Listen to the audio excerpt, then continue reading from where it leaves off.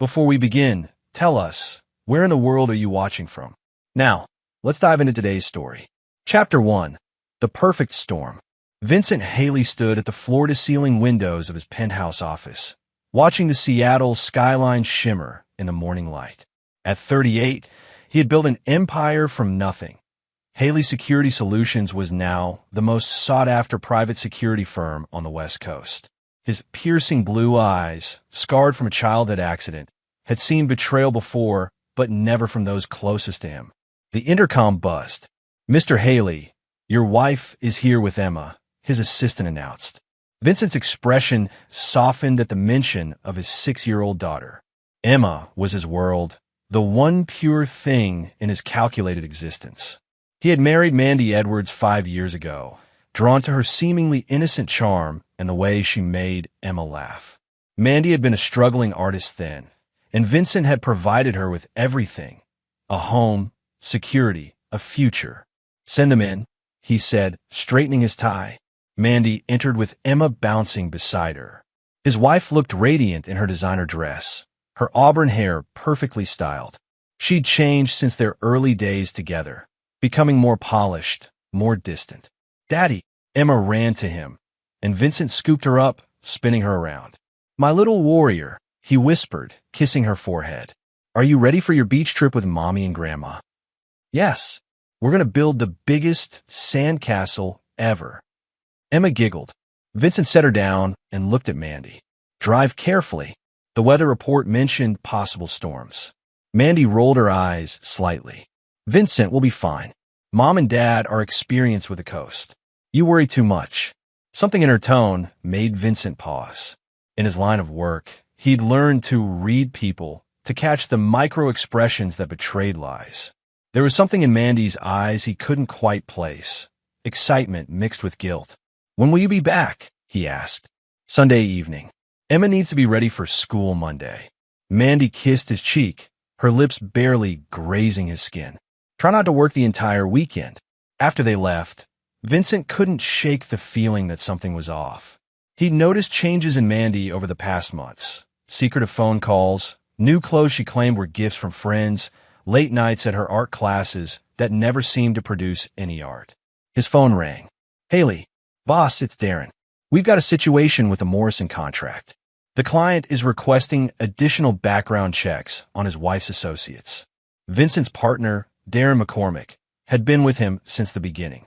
A former Marine with an unshakable moral compass, Darren was one of the few people Vincent trusted completely. "Handle it. I want a full workup by Monday." Vincent paused. "And Darren? Run a discreet check on Mandy's recent activities. Something feels wrong." "You sure about that, boss?" "That's crossing a line. I've built my life on reading people. She's hiding something." Vincent's voice hardened. "I need to know what." That evening, Vincent sat in his study, nursing a glass of whiskey. The house felt too quiet without Emma's laughter echoing through the halls. He designed this home as a fortress with state-of-the-art security systems and strategic sightlines. But all the security in the world couldn't protect against betrayal from within. His phone buzzed with a text from an unknown number. "Your wife isn't at the beach. She's with me. We need to talk. Meet me at Pike Place Market tomorrow, 3 p.m. Come alone. Someone who knows the truth." Vincent stared at the message, his jaw clenching. He'd been in the security business long enough to know when someone was playing games. But the fact that they knew Mandy's location meant they were serious. He forwarded the message to Darren with a single word: "Trace." 20 minutes later, Darren called back. "Burner phone, boss. Whoever sent this knows what they're doing. But I've got some preliminary information on Mandy.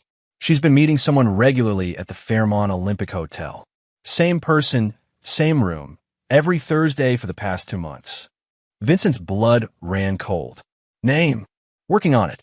"But Vincent, there's something else. Emma's school called the office today. Mandy picked her up early, said it was a family emergency. The secretary thought it was strange because you weren't with her. When? 2 hours ago." Vincent's world tilted. If Mandy had taken Emma early and she wasn't at the beach with her parents, where was his daughter? He stood abruptly, his chair clattering backward. "Give me everything you can on that hotel meeting. I want names, photos, credit card records. And Darren? Call on the team. This isn't just about a cheating wife anymore. Boss, what are you thinking?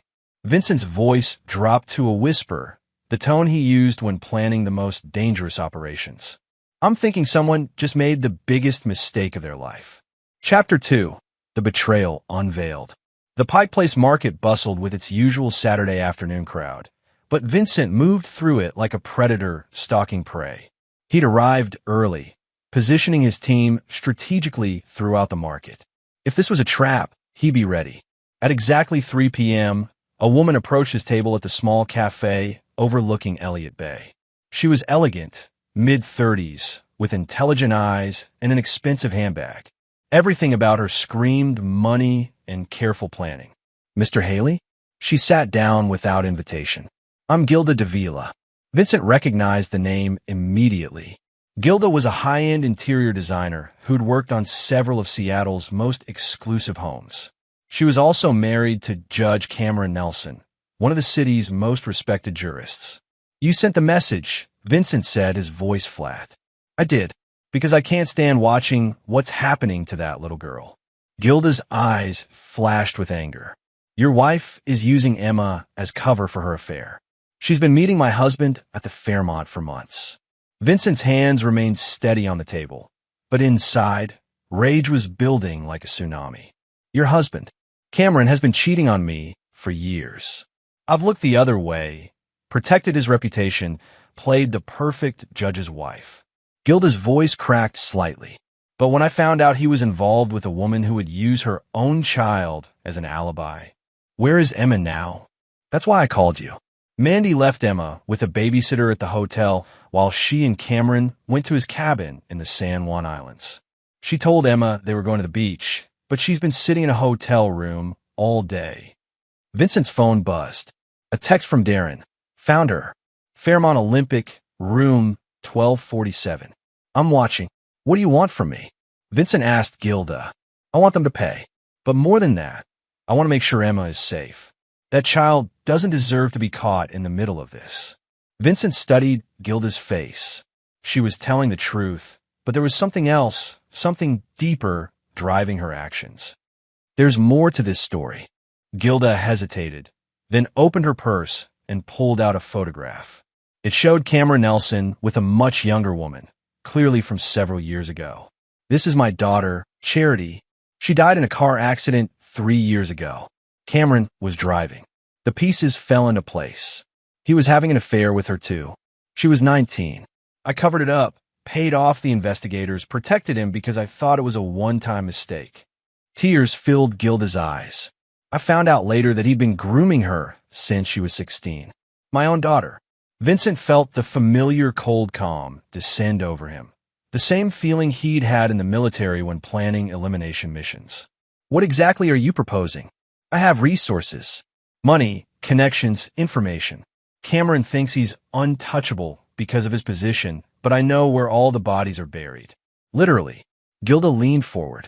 I can help you destroy them both, but I need someone with your particular skills.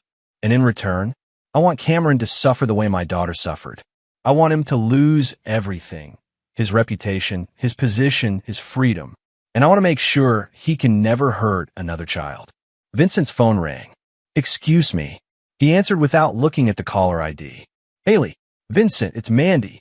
Her voice was bright, cheerful, completely fake. Just calling to check in.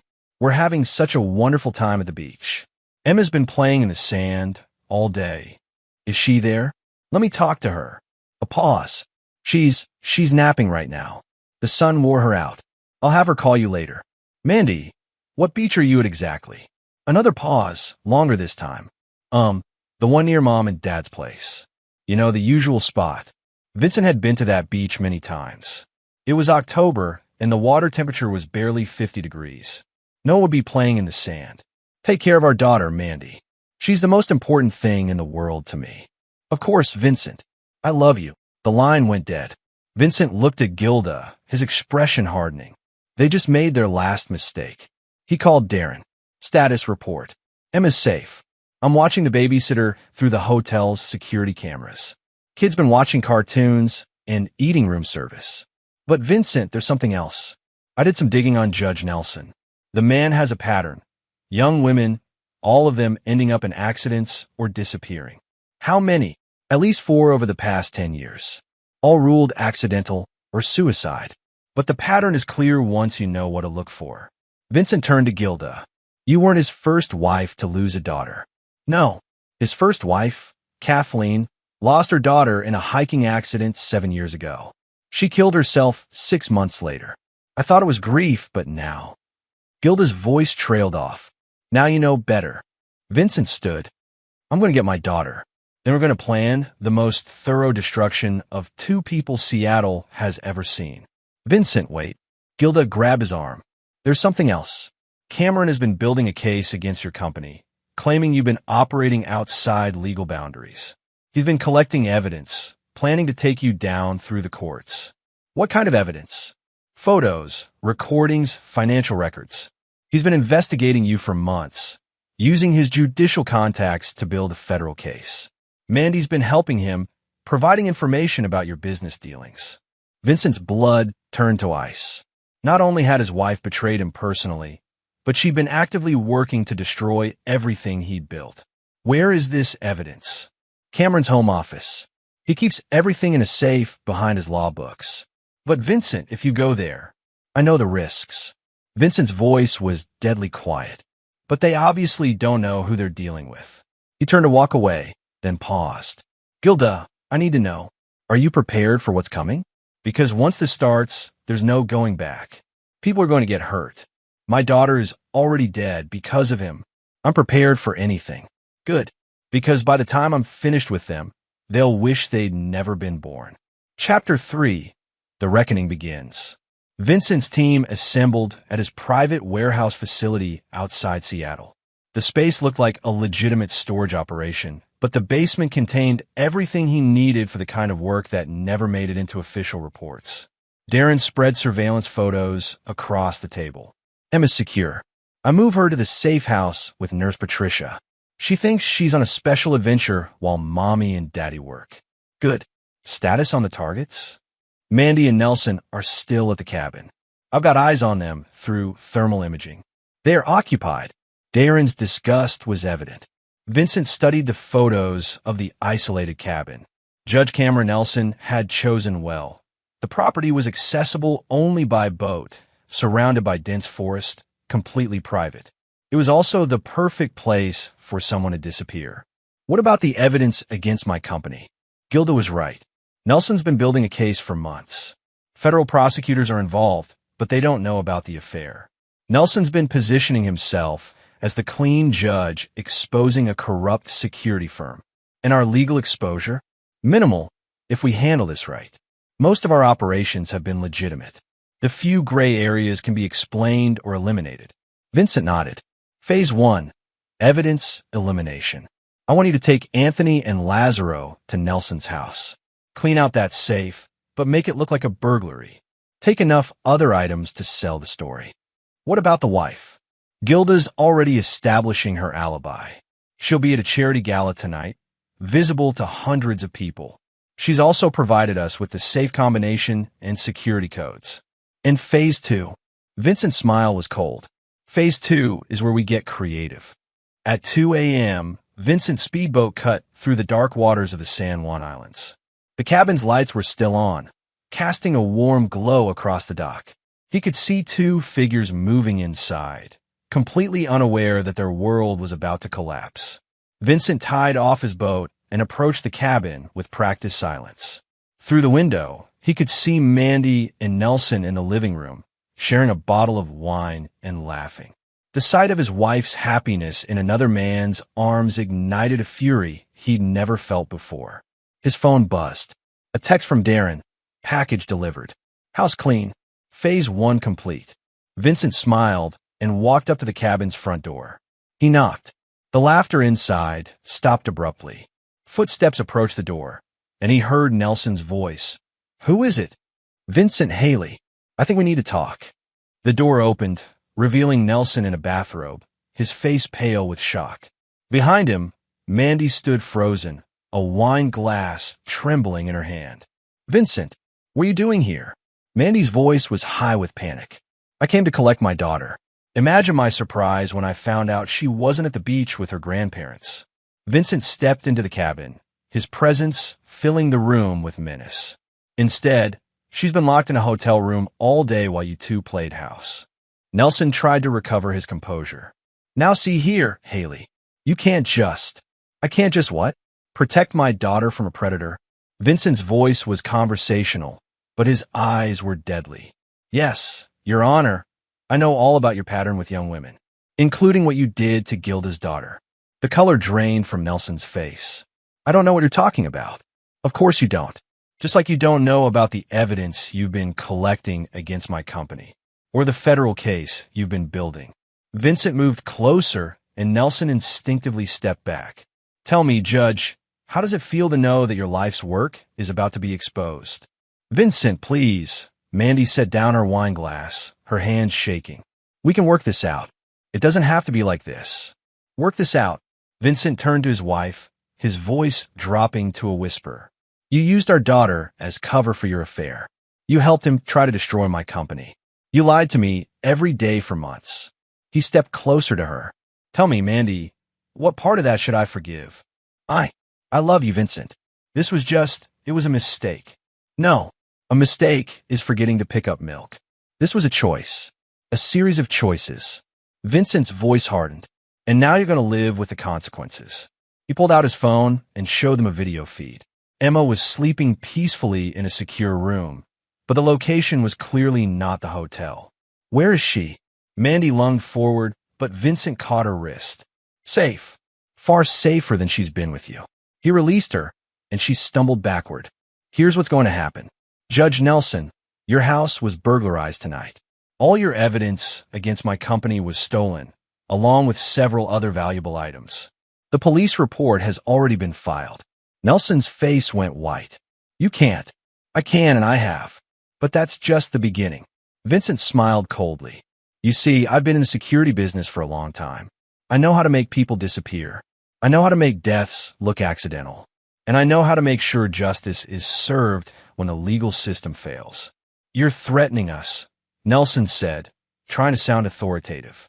I'm making you a promise. Vincent's voice was calm, matter of fact. You have two choices. Option 1. You both disappear tonight.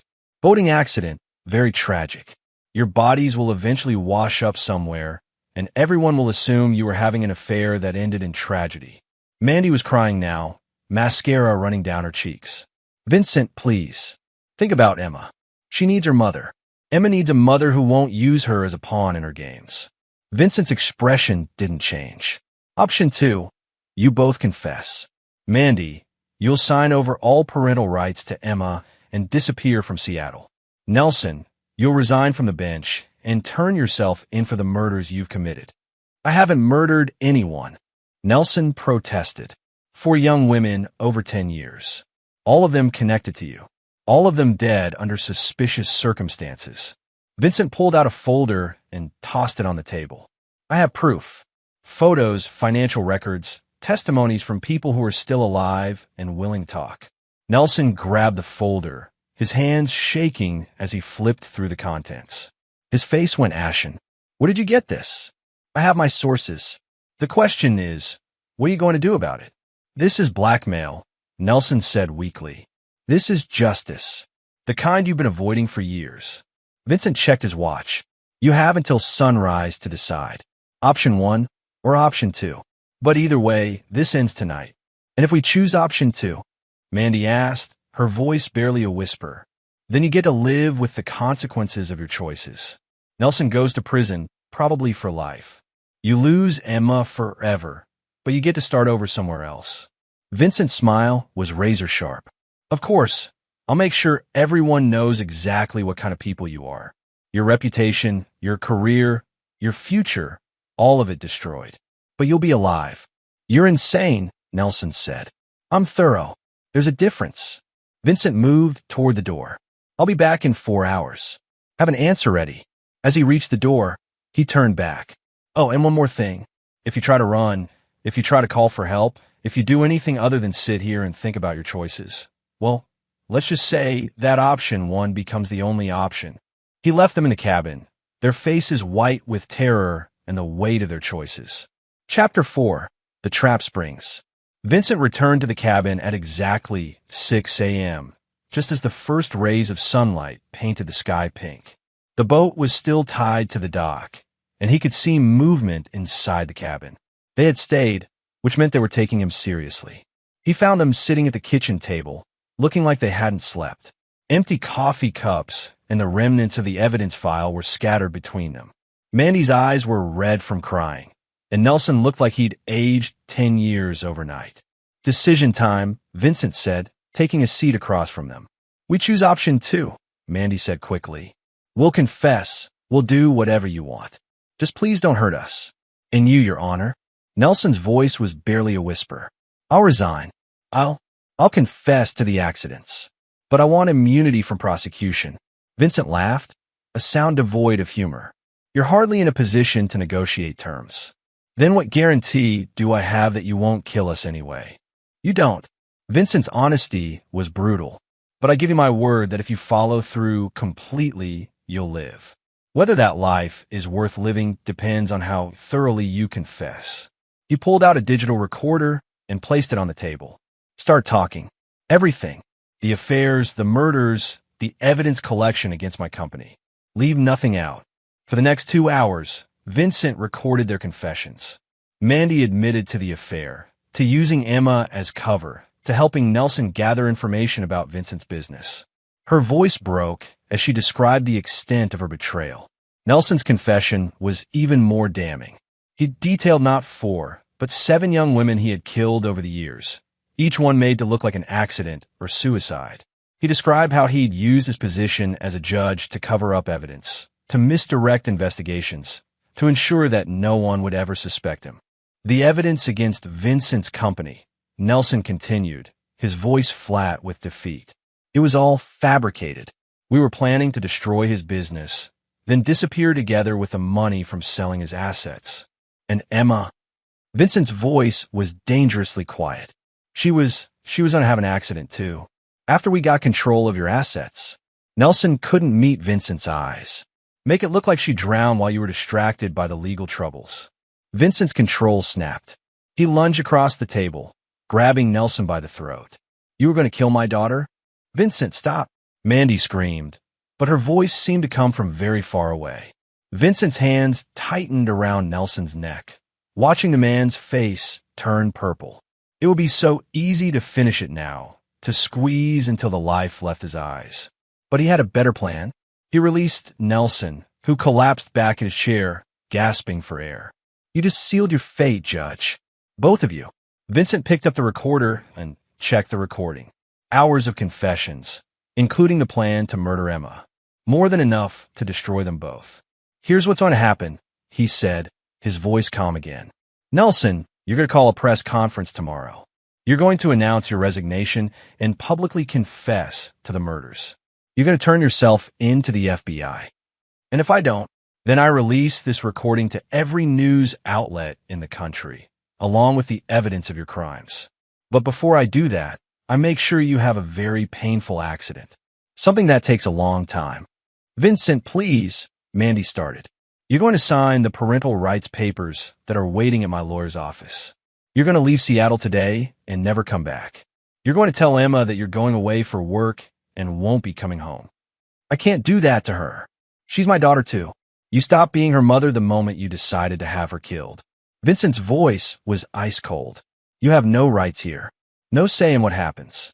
You're going to disappear, and if you ever try to contact Emma or come back to Seattle, I'll make sure you join your boyfriend in whatever hell he ends up in." He stood up and walked to the window, looking out at the peaceful morning water. "You know what the real irony is? If you had just asked for a divorce, I would have given you everything you wanted. Money, freedom, even shared custody of Emma. All you had to do was be honest. Vincent, but you chose to betray me. You chose to use my daughter as a pawn. You chose to try to destroy everything I built." He turned back to them, his expression carved from stone. "You chose to threaten my child's life. Those choices have consequences." His phone buzzed. A text from Darren. "Media contacts ready. FBI expects Nelson surrender by noon. Lawyer has papers ready for signature." "Time's up," Vincent said. Darren will escort you both back to Seattle. Nelson, you have 2 hours to get your affairs in order before the press conference. Mandy, you have 1 hour to pack and say goodbye to Emma. 1 hour? That's not enough time. It's more than you deserve. Vincent's finality was absolute. You'll tell her you're going away for work. You'll tell her you love her. And then you'll disappear from her life forever. What about money? How am I supposed to live? That's not my problem. You should have thought about that before you decided to play games with my family. As they prepared to leave, Nelson made one last desperate attempt. Vincent, you don't understand. There are people involved in this bigger than me. People who won't let this end here. What people? Federal prosecutors, other judges, politicians. The case against your company was just the beginning. They want to take down the entire private security industry, and you're the biggest target. Vincent studied Nelson's face, looking for signs of deception. You're lying? I'm not. Check the evidence for my safe. There are files on dozens of security firms, all being investigated. You stop them, he won't stop them. Then I'll deal with them too. Vincent's voice was absolute certainty. I've been underestimated before. It never ends well for the people who make that mistake. As they left the cabin, Vincent remained behind for a moment, looking out at the water. He thought about Emma, sleeping safely in his protection. She would grow up knowing that her father would never let anyone hurt her, that he would move heaven and earth to keep her safe. But she would also grow up knowing that there were consequences for betrayal, that some lines could never be crossed. It was a hard lesson, but it was the truth of the world they lived in. Vincent pulled out his phone and called Darren. Phase 3 is in motion, but we have a bigger problem. There are more players in this game than we realized. How do you want to handle it? The same way we handle everything. Thoroughly. Vincent's smile was predatory. But first, I need to see my daughter. I need to remind myself why I'm doing this. Boss, about Emma. How are you going to explain what happened to her mother? Vincent was quiet for a long moment. I'll tell her the truth. That sometimes people make choices that hurt the people they love. That actions have consequences. That her mother chose to leave, but her father will never abandon her. She's 6 years old, Vincent. That's a lot for a kid to understand. She's my daughter. She's stronger than people think. Vincent's voice softened slightly. And she'll never have to worry about being betrayed by someone who's supposed to love her. I'll make sure of that. Chapter 5. The Web Unravels. 3 days later, Vincent sat in his office watching the news coverage of Judge Cameron Nelson's dramatic confession and arrest. The story had exploded across every major network. A respected federal judge admitting to 7 murders, detailing a conspiracy to frame private security firms, and revealing a web of corruption that reached into the highest levels of the justice system. Emma was at school, blissfully unaware of the storm surrounding her family. Vincent had told her that mommy had to go away for work, that it might be a very long time before she came back. Emma had cried, but children were resilient. She'd adapted to the new routine with Nurse Patricia, who had become her live-in caretaker. Boss, we have a problem, Darren said, entering the office with a grim expression. The FBI wants to talk to you. They're downstairs. Expected. What's the nature of the visit? They say it's about the Nelson case, but I think it's more than that. The lead agent is someone named Gail Huang, and she's been investigating private security firms for the past year. Vincent straightened his tie. Send them up. And Darren? Record everything. Agent Huang was a petite woman in her 40s with sharp eyes and a no-nonsense demeanor. She entered with 2 other agents, all of them wearing the standard FBI uniform of dark suits and serious expressions. Mr. Haley, I'm Agent Huang. We need to discuss your relationship with Judge Nelson and your wife's recent disappearance. My wife left me, Vincent said simply. She's an adult. She can go wherever she wants. Without her daughter? Without any contact for 3 days? That seems unusual for a mother. You'd have to ask her about her motivations. I can only tell you what I know. Agent Huang opened a file. We found evidence in Judge Nelson's home safe that suggests he was building a case against your company. Evidence that was stolen during a burglary the same night he was arrested. Convenient timing, Vincent said, but I fail to see how that involves me. Where were you 3 nights ago, Mr. Haley? At home with my daughter. We watched movies and ate pizza. I can provide receipts if you'd like. We'll need to verify that alibi. Of course, Darren can provide you with our home security footage. I'm sure you'll find it illuminating. Agent Huang studied Vincent's face, looking for cracks in his composure. Mr. Haley, Judge Nelson has made some very serious accusations about your business practices. He claims you've been operating outside legal boundaries for years. Judge Nelson also confessed to 7 murders and a conspiracy to frame innocent businesses. I'm not sure I consider him a reliable source. Nevertheless, we'll need to conduct a thorough investigation of your company's activities. Vincent smiled. I welcome the investigation. We have nothing to hide. What the FBI agents didn't know was that Vincent had spent the past 3 days scrubbing every trace of questionable activity from his company's records. Years of careful documentation had been sanitized, backups had been created showing only legitimate operations, and several former employees had been relocated with generous severance packages and non-disclosure agreements. Agent Huang, Vincent said, leaning back in his chair, I'm curious about something. How long have you been investigating private security firms? That's not relevant, too. I think it is. You see, Nelson mentioned that there were other people involved in this conspiracy. People who wanted to take down the entire industry. Vincent's voice was casual, conversational. I'm wondering if you're one of those people. Agent Huang's expression hardened. Mr. Haley, I'd be careful about making accusations you can't support. Who said I was making accusations? I'm just asking questions. Vincent pulled out a file from his desk. Like why you've been meeting with federal prosecutor Eduardo Herrera for the past 6 months. Why you've been coordinating investigations of 17 different security firms. Why you've been building cases based on fabricated evidence. The color drained from Agent Huang's face. I don't know what you're talking about. Of course you don't. Just like Nelson didn't know what he was talking about. Vincent opened the file and spread photographs across his desk. These are surveillance photos of your meetings with Herrera. Dates, times, locations. All documented. One of the other agents stepped forward. Agent Huang, what is he talking about? It's nothing. He's fishing, trying to deflect attention from his own crimes. What crimes? Vincent asked. The ones Nelson fabricated? The ones you helped him fabricate. He pulled out another photograph. This is you leaving Nelson's house 2 weeks ago.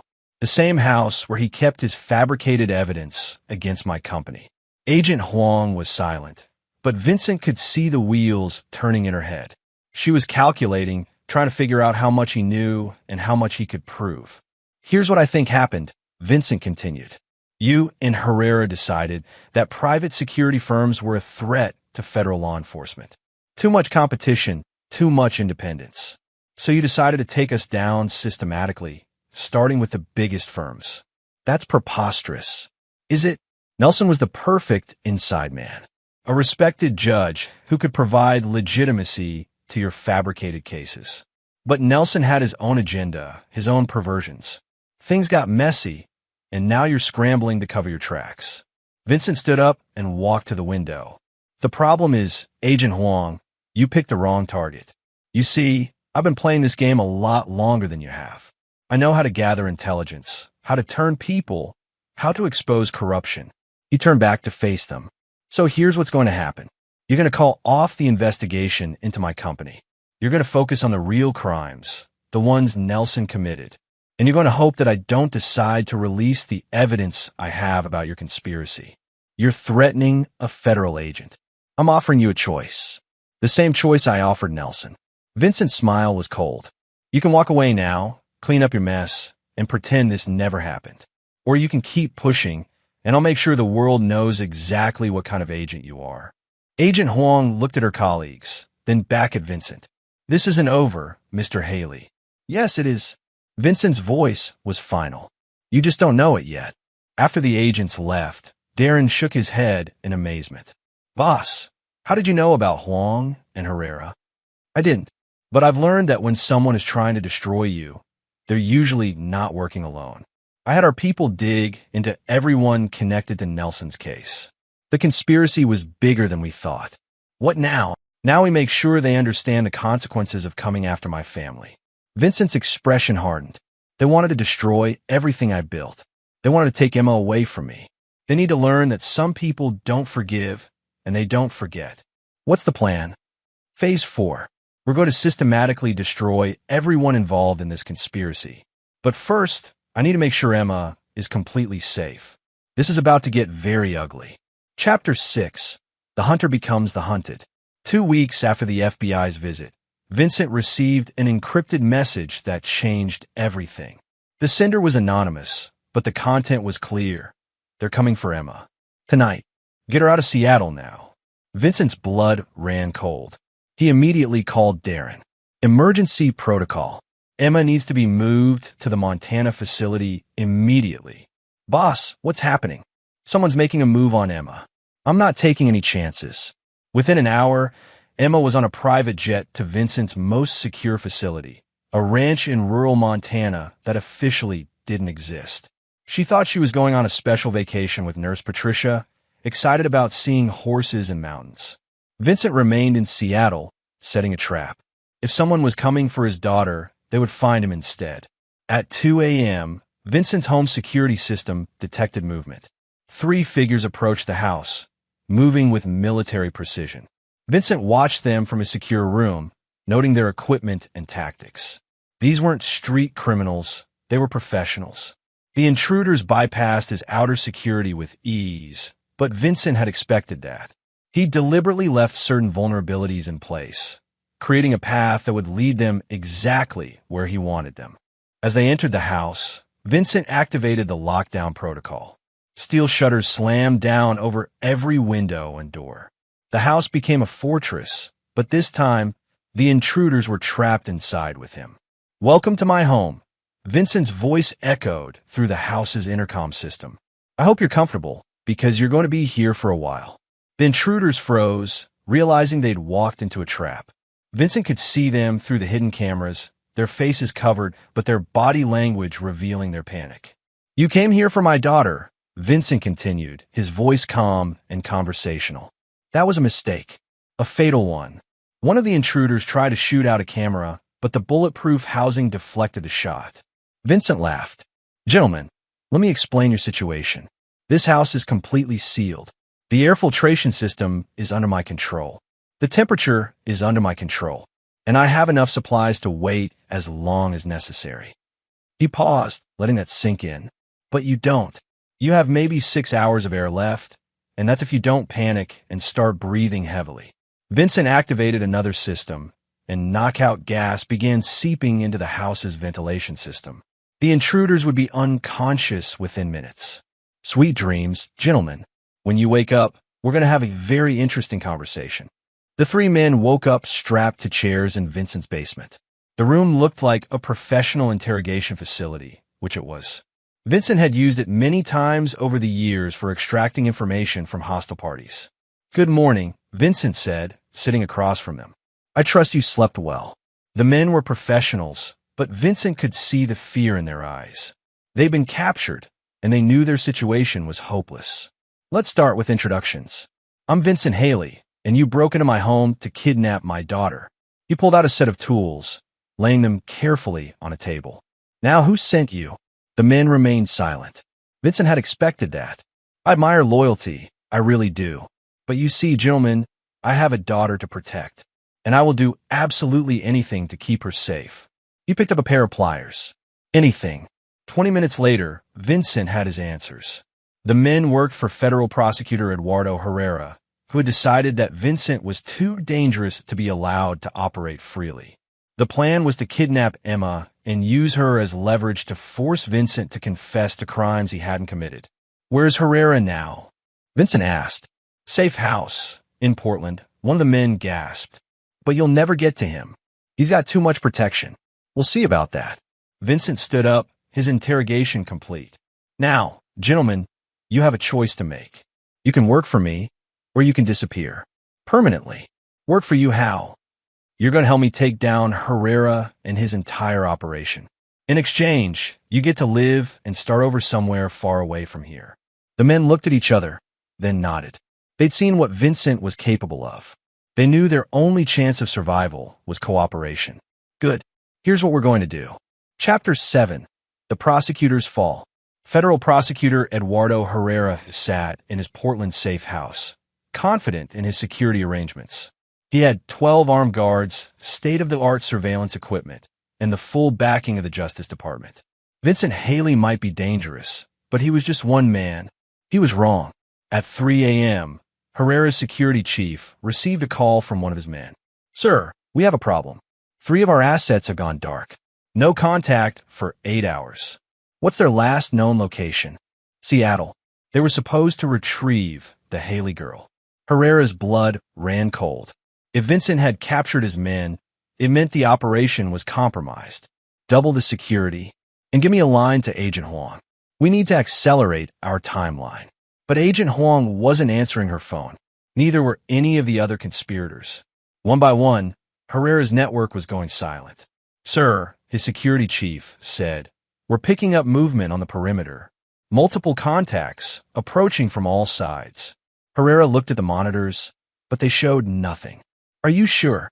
"Thermal imaging shows at least 20 heat signatures surrounding the building. They're professionals, sir. Military-grade equipment." "That's impossible. Haley doesn't have that kind of resources." The security chief was about to respond when every light in the building went out. Emergency power kicked in, bathing everything in red light. "We're under attack," the security chief said into his radio. "All units, defensive positions." But there was no response from the perimeter guards. They were already gone. Vincent's voice came through the building's intercom system. "Mr. Herrera, this is Vincent Haley. I believe you have something that belongs to me."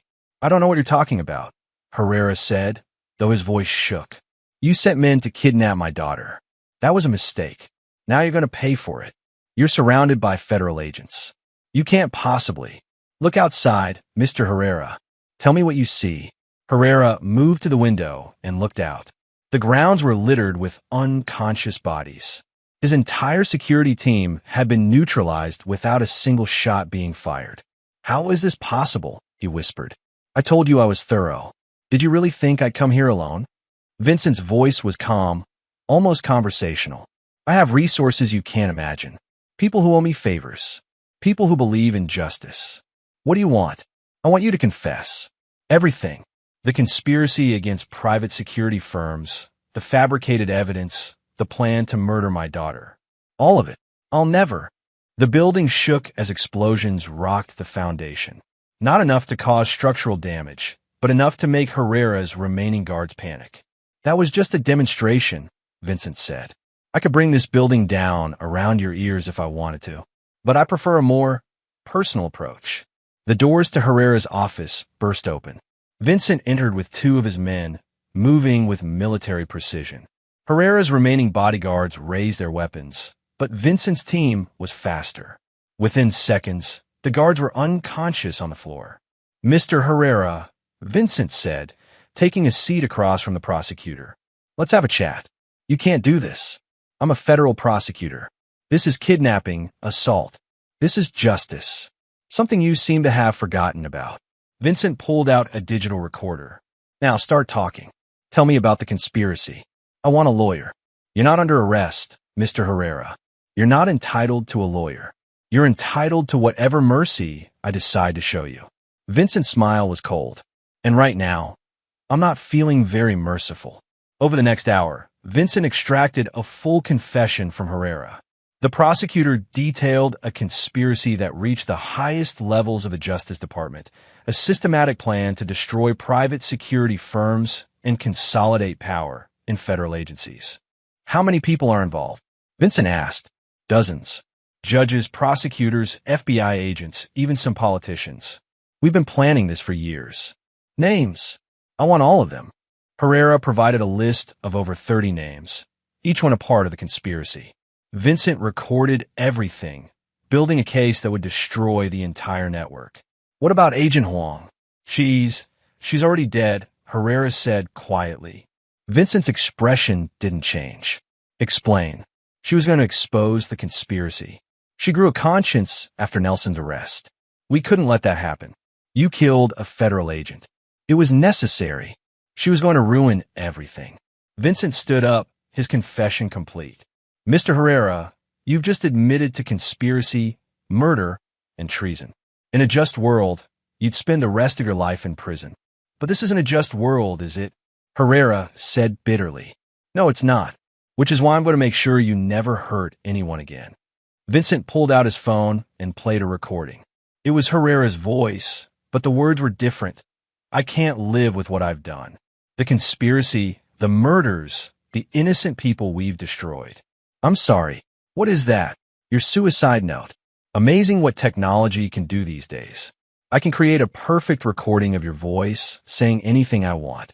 Herrera's face went white. You're going to kill me. I'm going to give you the same choice I gave Nelson. You can confess publicly, expose the entire conspiracy, and spend the rest of your life in prison. Or you can have a tragic accident. And if I confess, then you get to live in a maximum security cell, surrounded by people who don't like corrupt prosecutors. But you'll be alive. Herrera looked at the recorder, then at Vincent's implacable expression. I'll confess. Good. Because if you don't, not only will you die, but I'll make sure everyone you care about suffers the same fate. Your wife, your children, your grandchildren. The conspiracy ends with you, one way or another. You're a monster. I'm a father protecting his daughter. There's a difference. Chapter 8, The Reckoning. 6 months later, Vincent sat in his office reading the morning news. The headlines told the story of the greatest corruption scandal in Justice Department history. 37 federal officials had been arrested, including judges, prosecutors, and FBI agents. The conspiracy to destroy private security firms had been exposed in its entirety. Federal prosecutor Eduardo Herrera had confessed to everything before taking his own life in his jail cell. His suicide note, which perfectly matched his voice patterns, detailed the entire conspiracy and named every participant.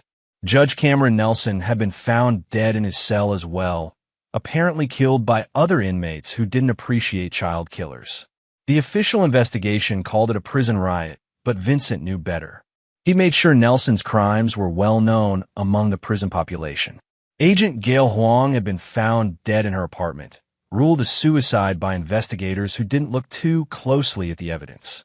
Her confession, found on her computer, had provided crucial evidence for the prosecution of the other conspirators.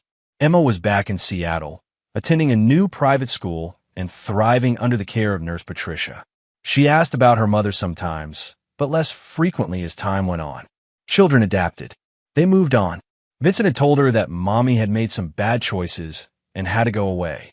It was the truth, simplified for a child's understanding. Someday, when Emma was older, he would tell her the whole story. But not yet. Boss, Darren said, entering the office. We got a situation. Mandy's been spotted in San Francisco. She's trying to contact Emma through the school. Vincent's expression hardened. What kind of contact? She's been calling, claiming to be Emma's aunt. She wants to take Emma for the weekend. The school didn't fall for it, but she's persistent. Where is she now? Hotel near the airport. She's using a fake name, but our facial recognition software picked her up. Vincent was quiet for a long moment.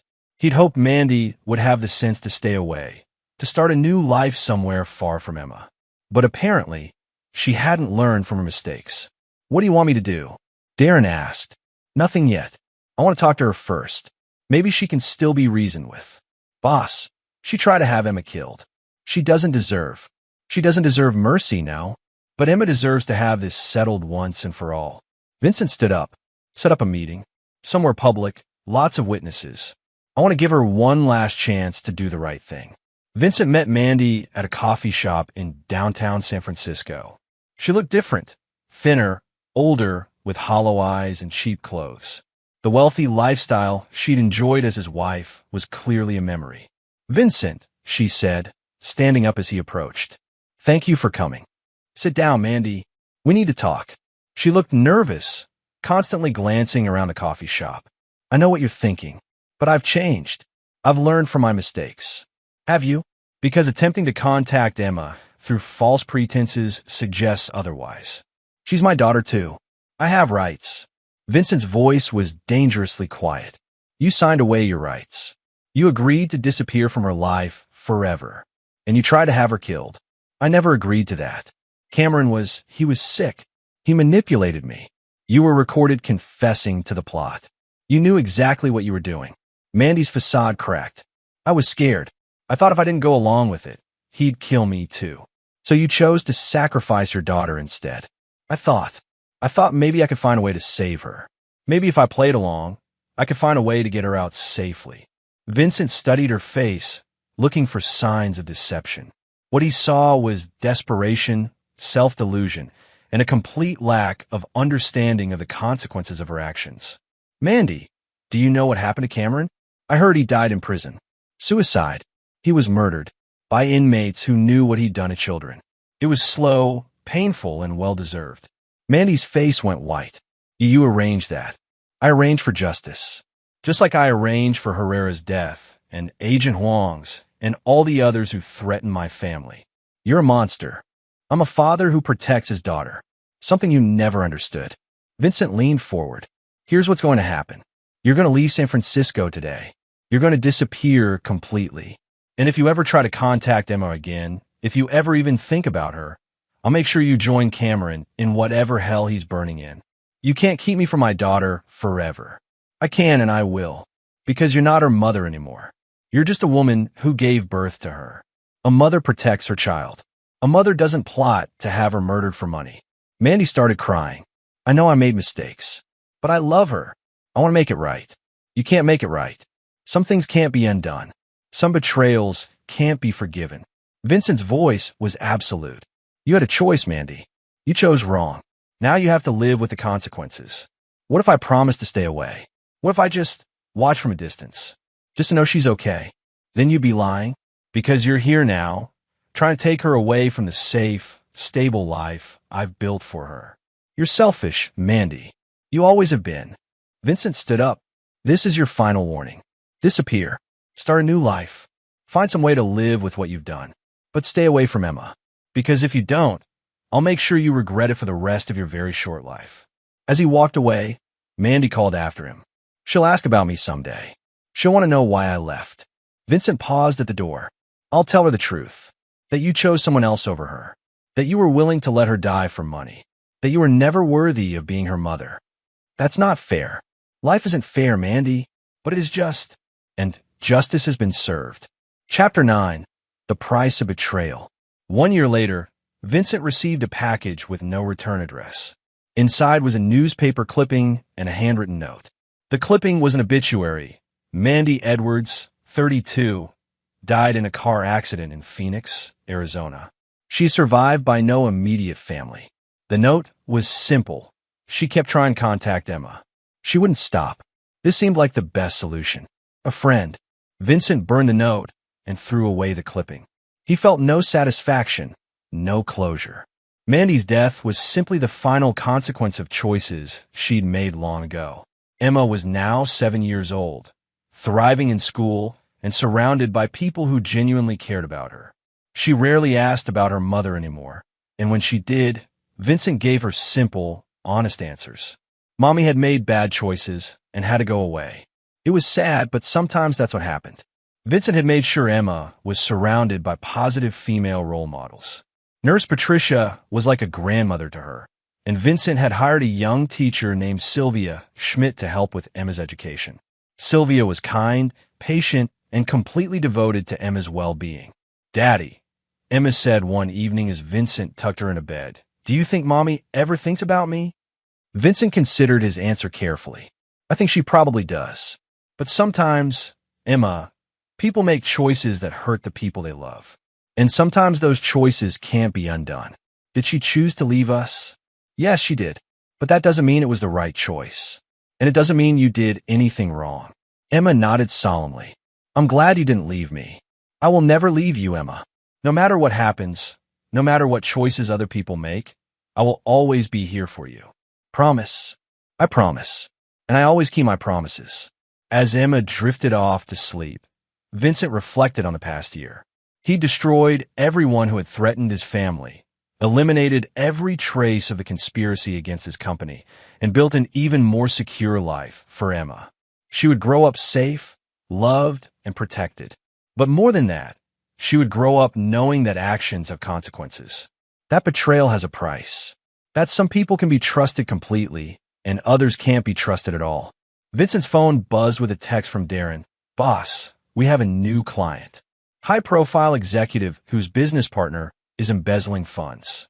Wants a complete elimination of the problem. Vincent smiled as he typed back, handle it.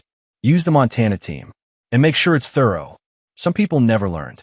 They thought they could cheat, steal, and betray without consequences. Vincent had built his reputation on proving them wrong. He walked to his study and poured himself a glass of whiskey. On his desk was a photo of Emma from her school play, dressed as a princess and beaming with joy. Next to it was a smaller photo of the three men who had tried to kidnap her, their faces frozen in terror moments before they disappeared forever. Vincent raised his glass in a toast to the photo of Emma. To my daughter, may she never know the price of betrayal, because she'll never need to pay it. As he drank, Vincent thought about the lessons Emma would learn as she grew up.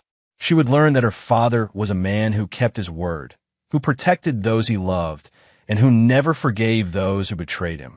She would learn that the world was full of people who would try to hurt her, but that she had someone who would always stand between her and danger.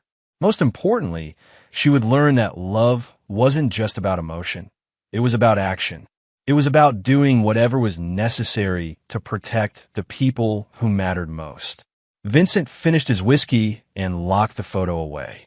Tomorrow would bring new challenges, new threats, new people who thought they could take advantage of others without consequences. But tonight, Emma was safe in her bed, and that was all that mattered. The price of betrayal, Vincent had learned, was everything, and he would make sure that anyone who threatened his family paid that price in full. Outside, the Seattle skyline glittered in the darkness, a city full of people who thought they understood how the world worked. But very few of them understood the most important lesson of all. Some men forgive, some men forget, and some men do neither. Vincent Haley was the latter kind of man, and anyone who crossed him learned that lesson far too late. And there you have it. Another story comes to an end. What did you think? I'd love to hear your thoughts in the comments below. If you enjoy this story, consider joining our community by subscribing. It means the world to us. For more stories like this one, check out the recommended videos on screen, and I'll see you there.